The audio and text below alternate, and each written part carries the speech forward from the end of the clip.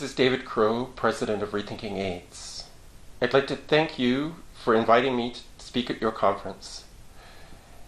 MAHA STAR is an important partner of Rethinking AIDS, and I only wish that I could be with you in Indonesia to enjoy this conference and learn more about the HIV/AIDS dogma. Rethinking AIDS was started in the 1990s by a small group of scientists who were concerned that the HIV/AIDS theory had been accepted prematurely.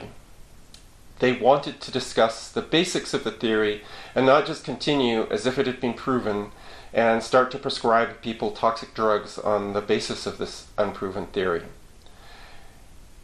A lot of these scientists are still struggling today, struggling to make their voices heard, struggling to get grant funding, to get the right to publish.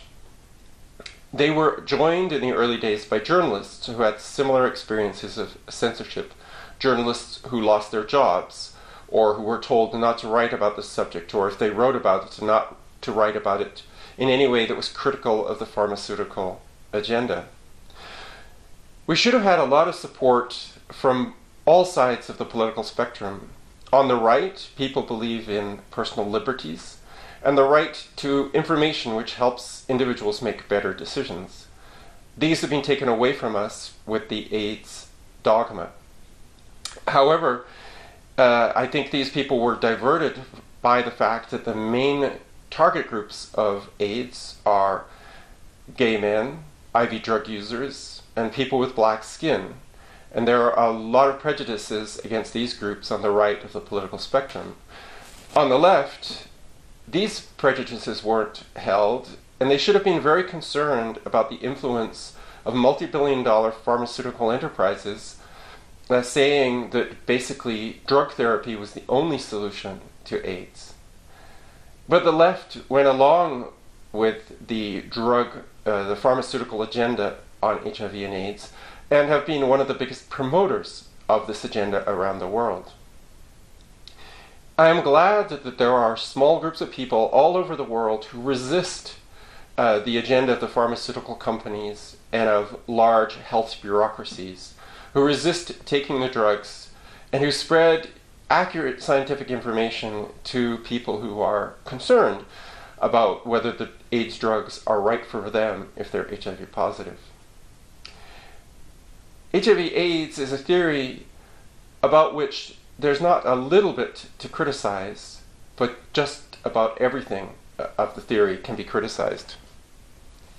Let's take the theory that, for example, HIV kills CD4 T cells. Using the tests, which I can question the validity of, but using those tests, scientists can only find HIV in a tiny, tiny fraction of CD4 immune cells. Not enough to make any damage to the immune system, considering that the immune system is generated on a daily basis.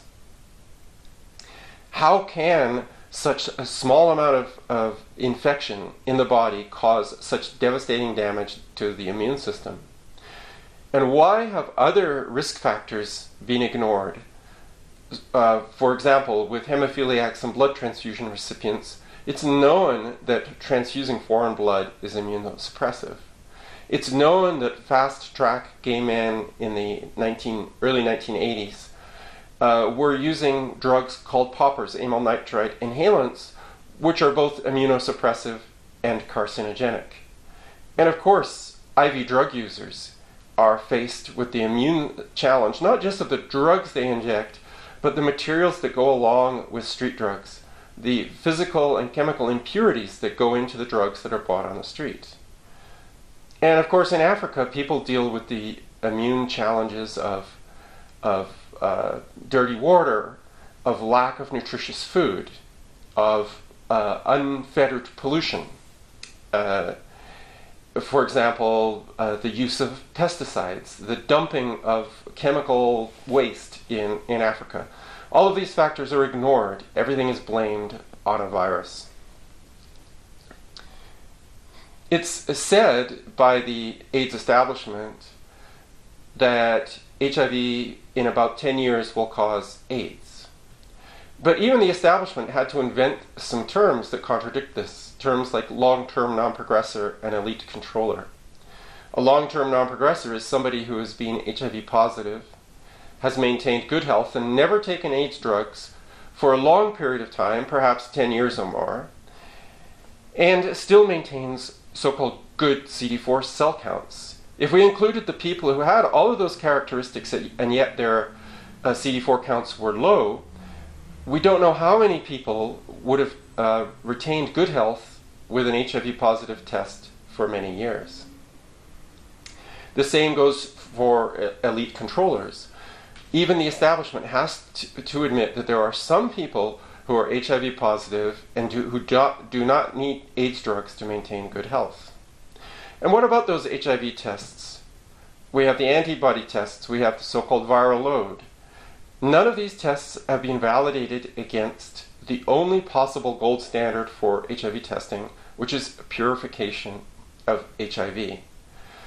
In Robert Gallow's initial research, which we know was highly corrupt, he found that his antibody test was positive in about 90% of people with AIDS. But he was developing an HIV test, so how did he know that those people had AIDS and not one of the existing health factors, health disorders that are defined as AIDS? How could he know that they had AIDS without an HIV test? After he developed the HIV test, it was said that if you had tuberculosis and you were HIV negative, you didn't have AIDS. But if you had HIV positive tuberculosis, you did have AIDS. But somehow he managed to define people as AIDS without that.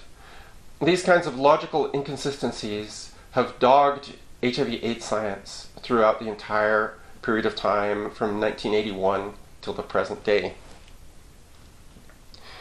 It's another part of the dogma is that HIV is sexually transmitted. That should have been put to rest by the paper published by Nancy Padian and colleagues in 1997 that showed that after following couples of which one was positive and one was negative, in not a single case did the negative partner become HIV positive. This was so embarrassing to Nancy Padian that she did not want to put this in the abstract of the paper, but if you read the body of the paper, it's there.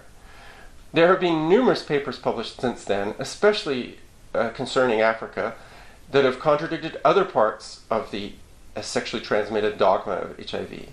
For example, one paper was published, found that about a quarter of young black women in South Africa were HIV positive, about 4 to 5 times the number of men. And yet, as everywhere in the world, it is men who are more promiscuous than women. How can it be that so many more women than men in Africa are HIV positive? This is sexually transmitted, and it is the men who are more promiscuous. But that hasn't stopped the dogma that HIV is a sexually transmitted virus from spreading. If you are HIV positive, you are told by the establishment that you must take AIDS drugs if you want to live a longer and healthier life, even though the drugs have never been tested to show that they actually improve health. All they have been tested for is to show that they improve numbers like CD4 cell counts and a viral load. The first AIDS drug was approved in 1987, AZT. It's a nucleoside analog, which means it directly interferes with DNA synthesis. This means it interferes with the production of bone marrow and blood.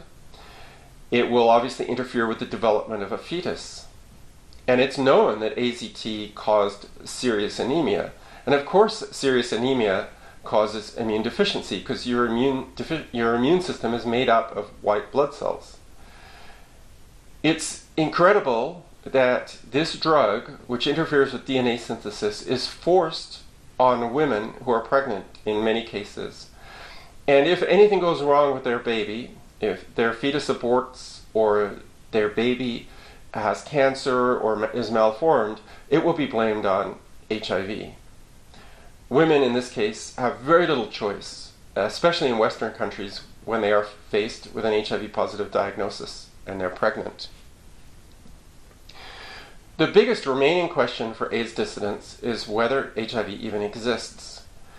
And this is certainly an area for further study. My belief is that without the purification of HIV, HIV has not been proven to exist.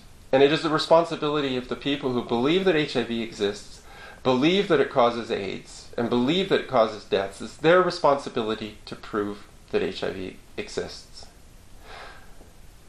Again, thank you so much for inviting me to speak to your conference. This is David Crowe from Rethinking AIDS, sending greetings to MAHA STAR in Indonesia. Thank you.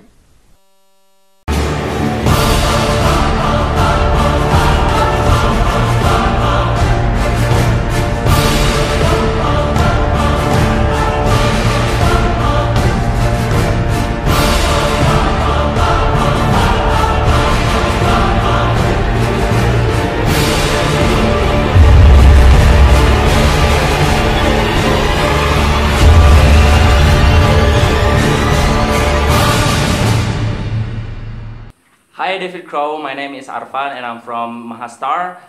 We are appreciating about you sending us the videos from our mini gathering.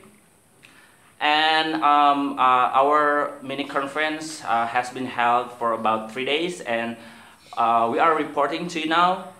And we are hoping that we can collaborate in the future and make a good team to fight against the stigma. Thank you, David Crowe and Rethinking AIDS from MAHA.